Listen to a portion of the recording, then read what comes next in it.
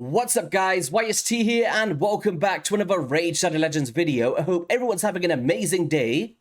Today we've got the official release of who is going to be the free daily login champion, and he's coming in the form of Sun Wukong from the Skinwalker faction, and he's a Spirit Affinity attack based champion, and he actually looks pretty cool, right, in terms of his aesthetics. Like, for me personally, when I was seeing some of the teaser images from Raid themselves via their social medias, I strongly believed it was going to be a Shadow King warrior, but kind of does make sense that he's coming out the Skinwalker as a Monkey King. And you guys let me know, what do you feel about the aesthetics of this champion? Are you a big fan of it? They definitely kept the theme of all of the images that they gave us content creators when they was kind of doing the big lead up towards this moment. Like, you can see that we've got the belt buckle and the shoulder pads, the staff, like it's all been implemented from those teaser images that we had before. Now that I'm looking back, it's actually pretty funny that we was guessing the new clan boss or like a new milestone reward. Like, it was just some funny guesses, but I guess it kind of added to the fun element for it. And then they did all of the lead ups on their socials where they were showing teaser images and videos as well. And we was all trying to guess what this champion is going to be and what exactly he's going to do, which comes right now. So the ways you're going to be able to get this champion completely for free is by signing in for 7 days consecutively from August 22nd, so next week. And this will be carrying all the way up until October 23rd. So there's a long duration in order to get this champion, which is pretty cool. And I believe that he will be appearing in-game from today or tomorrow via the index, but you won't actually be able to obtain him until August 22nd. So just something to pay note to in case you see him in the index and you're like, how come he's not popped up for me yet? I want my Sun Wukong. But basically, let's just have a quick word from Raid and what they kind of said that this champion's going to be fulfilling. And then I'll be breaking down his kit personally and my first impressions as well, as there's definitely some quirky things in here consisting of like blessings being implemented into his skill set. So Sun Wukong will be a pretty versatile champion that can be built either as a classic damage dealer or as a crowd control champion via accuracy. His main place to shine will definitely be PvP content, and Sun Wukong is the first of his kind with the ability to place Polymorph that is not related to blessings, but built within his skill set. He also has a unique passive skill, which will allow him to make some powerful combos with the new Void legendary in Valkanen. Okay, and thanks to his auto-revive ability, which will definitely come in handy on the team with that dude. Moreover, Sun Wukong increases ally speed in arena battles by 28%. So that's basically the breakdown from Raid. They're saying he's going to have combinations with the new Void Legendary, which I think is a bit scary, I guess. Like, how useful is it going to be? But he's sounding like a beast so far. So with the gotcha, hopefully he's got some tricks to his abilities. He attacks one enemy with a 25% chance bookable up to a 35 or a 50% chance of placing a stun debuff for 1 turn, and the chance increases to 50% if the target has any buffs. So he's got a crowd control A1, could have some universal value for progression, I see it. Maybe even like the PvP like they mentioned, just to like lock off some single target opponents over the course of a battle. Now on the Staff of Wonder, 4 turn bookable down to a 3 turn with some extra damage values by up to 30%. He attacks one enemy and will ignore 50% of the target's defense. So we've got another single target skill here. And will attack all remaining enemies with any surplus damage if the target is killed. Okay. This attack will also ignore 50% of the target's defense, and this attack cannot be critical. So the ways that I'm reading it is the initial attack that you do on that first target is completely fine, can be critical, but the remaining part is with the surplus damage cannot be. Okay. If the initial target survives, we'll place a sheep debuff on the enemy for 1 turn, and this debuff cannot be blocked, but I believe that it can be resisted, which I feel like is a bit of I'm not too sure what I feel about this. You guys let me know in the comment section below. But being able to utilize a sheep in arena, like I was thinking behind the scenes, like maybe a reflex build of him in PvP could be a nuisance, like consistently cycling this A2 to place a sheep debuff and consistently having like baz everywhere. Is that a good sheep impression? But outside of that, it's just like you still need to require accuracy in order to get the full value of this debuff for the crowd controlling. So it's like, where do you kind of factor this in? It's like, do you primarily focus on the damage? Or if you do not kill that initial target and they survive, it goes with the sheep, or do you just want to kind of ignore that, right? I don't know. We're gonna have to play test it once it comes in, but it's quirky, it's new, right?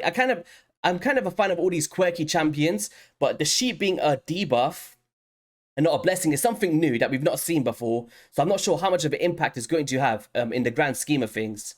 But I'm pretty sure that everybody's going to be getting polymorphed looking forward. And now you see us on a 4-turn cooldown, bookable down to a 3-turn.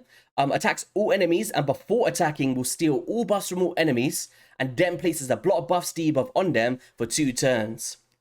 Now, for me personally, I was reading this as a Hydra skill, right? Like, think about players that don't have a viable block buff option for Hydra. I think that this will be very impactful. Like, if your buffs are getting stolen from you, you can go through and steal them back, and then replace that also with the block buffs on all of those enemies. So, in that kind of regard, could definitely have value. But of course, even in the arena, there's buffs everywhere, right? Of course, you have the chance of getting polymorphed yourself by implementing this with high accuracy. But it's still a very good skill, right? Think about removing all of those buffs, replacing them with block buffs, and countering so many champions, granted that you've got enough to do that. I would have loved to maybe see like a before attacking places a 50% increased accuracy buff in some format. And I feel like that would have added a nice complement to the kind of theme of his kit, right? Having debuffs all around the board. And in that kind of regard, you would be able to build him for damage and also still get some value from those debuffs that he's going to be doing. And I feel like that would have been a nice part to his kit, in my opinion. This is the most unique part of his kit, though, in my opinion. And I'm not sure how they're going to factor this or how it's going to work, because the unbeatable Wukong passive will revive this champion with 100% HP and 100% turn meter 3 turns after they were killed. So this is where they were kind of speaking about the Valkanen, because in a form, he kind of kills a target ally to manipulate his kit. Can't really recall the entirety of his kit, right? And then basically you'd be popping up after 3 turns all of the time and just being a nuisance in those arena battles. So I could definitely see where it can come to effect, maybe primarily for live arena over the course of a longer duration. But for me personally, it's like when you're in classic arena, are you there trying to sit for 3 to 5 turns? It's like your team can pretty much be dead by then if you're banking on a strategy like that. But I could definitely see where it could be just like a fun kind of thing to do. I'm just trying to, like, it's fun, it's quirky, don't get me wrong. I'm just trying to think of the practicality in a vast majority of teams and how many players are going to be sitting for 3 turns just to see him come back and turn someone to a sheep, you know what I mean? And he has to die initially as well. So if you don't have champions that can literally immediately kill him, and not only that, the rest of your team have to survive for 3 extra turns, you know what I mean? Without a champion to kind of pick up the slack. It's an interesting one. You guys let me know what you feel about that and the ways that you feel it could be utilized. I'll be checking out the comments as well. I've not really thought of a really, I'd say, practical strategy where I can kind of bring this to fruition from first glance. But once again, guys, first impressions, like, I might be overlooking something here, right? He also has an aura of ally speed in arena battles by 28%. And I think this is phenomenal. Now, reason being is, when you're first coming into the game, of course, we don't have Arbiter yet. You might not have a speed lead champion like a Gorgorab. 28% is on the higher caliber of speed arena battle auras. And I think being able to give this to players is actually going to be pretty helpful in the grand scheme of things, granted that you will also be facing people with their Sun Wukong to put you on that even playing field. So it really comes down to if you're facing Sun Wukong or not when you're first coming into this game. It's a weird one, like, when I'm kind of like seeing these new daily login champions, I primarily look at them as a kind of introduction to new players, like Artefact, right, Ronda, like they're kind of good progression champions with some endgame uses, of course, with the ways that we see Artefact burning up the spiders and all of that good stuff, but also very good for the early game. But for the first time ever, I feel like they're primarily focused on the endgame with this one. Like, do you guys get that same kind of theme that I'm kind of getting here? It's like we're ignoring defense, we're placing sheep debuffs and surplus damage and block buffs and before attacking removing all buffs and these weird 3-turn mechanics. It seems very endgame niche usage coming out from this for me. I wonder how... So surplus damage if the target is killed. So it's the one or the other thing. I kind of missed that earlier. I thought it was going to work in a way like, do you know Lua, the epic champion, where she kind of attacks one enemy, a bit of extra damage goes, and they cannot be critical? It kind of very reminded me of that. And this one cannot be critical, so only the surplus damage but initial target can. So I guess depending on his damage multipliers, we could use this as the damage dealer. But for me personally, like the ways that I'm going to be building him is going to be, I think I'm going to go for an accuracy build, guys. I might try like fit in a 100% crit rate just to try and deal a bruiser in terms of damage. But I think he's going to be working as like, imagine pairing him with a Kaimar, right? Open up with the sheep, getting very fast. So sleep with your opponents, sheep an enemy that's annoying you the most, reset with Kaimar, go for a sheep again with a Staff of Wonder on another enemy, come through with your other nuke or whoever that may be, and boom. And you'll be in a good situation to kind of counter a bunch of teams out there. So I can definitely see where the value comes from, but I'm very excited for players for Hydra progression as well to get their hands on a relatively good 3-turn cooldown block buffs champion for their accounts. So yeah. That was Sun Wukong, guys. Let me know if you guys are excited. Did it kind of reach the hype of all of this lead up towards it? Or do you feel like it's underwhelming in the terms of his kit? Like, for me personally, I don't always like to jump the gun. Like, did I expect a little bit more from him? I think so. But did they add the kind of trickster elements and the kind of theme of the Sun Wukong? I think they did, right? In that kind of element, like coming back after 3 turns, like how weird is that? You know what I mean? And placing a sheep where it's a blessing usually. Like there is some quirky things in here that kind of fits the theme. So, okay, other news now, guys, okay? Not Sun Wukong related. We have got, in the news page, the summoning draft. There's always summoning events nowadays in Raid, Shadow Legends. But one thing to note is we have got free gear removal, guys, okay? This is one of the best times in Raid to start speed tuning your compositions, your clan boss teams, right? Like all of these things should be considered during this period. And it will be starting on, is it here? 9 a.m. UTC, Saturday, August 19th until Tuesday, August 22nd. They're reducing the amount of silver that is required to remove or swap artifacts and accessories by 100%. Now, it's very rare that they do this. I think it's like a handful of times that I remember or recall. I know that they've kind of slipped in some 50% off and stuff like that, which is still very valuable. But 100% is the time where you should be going in and optimizing your teams. And because of how valuable that this event actually is in terms of the gear removals, over at HH Gaming, the team have decided to enable free premium access to all users. And then also for mobile optimizer users, with the free current versions, you'll be gaining 75 tokens, which is actually pretty cool. And then all existing premium users for mobile will be getting double tokens. So it's kind of catering to all of the members out there, whether that be for PC optimizer users or the mobiles. This weekend only, make sure you guys are heading on board and optimizing your champions to get the most value out of them. So shout out to the team for actually making this happen. It's actually a pretty phenomenal thing. So in some other news, we've got this UDK Clash thing. Was it Birthday Titans event where you can kind of gather some perfect souls or split souls along the way. And then finally an Eternal Soulstone. And I believe that the points are very steep. And of course, you need an Ultimate Death Knight to even consider this. But one thing that I found really weird as well is when I woke up this morning, I headed into the Hero's Path. I was like, ooh, what's going on here then? To coincide with UDK's birthday. And they're still celebrating National Lizard Day or something. And they put Roxham in here. Now, Roxham's a decent champion, okay? Like, I've been a secret fan of him for a while, but I wouldn't say that he would drastically change your accounts, especially if you've got any form of drop defense or weaken anyway. Like, he's a good champion. If you pull him, is he worth investing in? Depends on your player levels. I'm a personal fan, all down to your preference, right? But I don't see where he sanctions the amount of point requirements that they've slapped on the board for this Hero's Path, which I believe is something around the realm of 31 Sacreds if that's all you summoned, not considering Dungeon Divers or whatever you do around the board.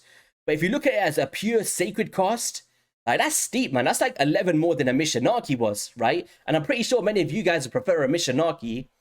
So I feel like they just missed the mark here. I think it's the wrong champion to coincide with a UDK's event. I think that to entice players to go for this and give them that incentivization is, you know, put a UDK in there. You know what I mean? It's like, if players already have UDK, they've got him for free last year, whatever that may be, they can simply just get the rest of their rewards, in my opinion, if they wish so.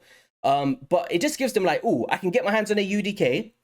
I believe they should have made it relatively obtainable. And it would have been a cool way to implement UDK back into the mix alongside this Titan event, give you a chance to get some Soulstones for it, or split souls for it, for that champion to add some value. And I think that would have been a pretty cool event to coincide. But as the hero path stands right now, let me just get the points. I've briefly got them here.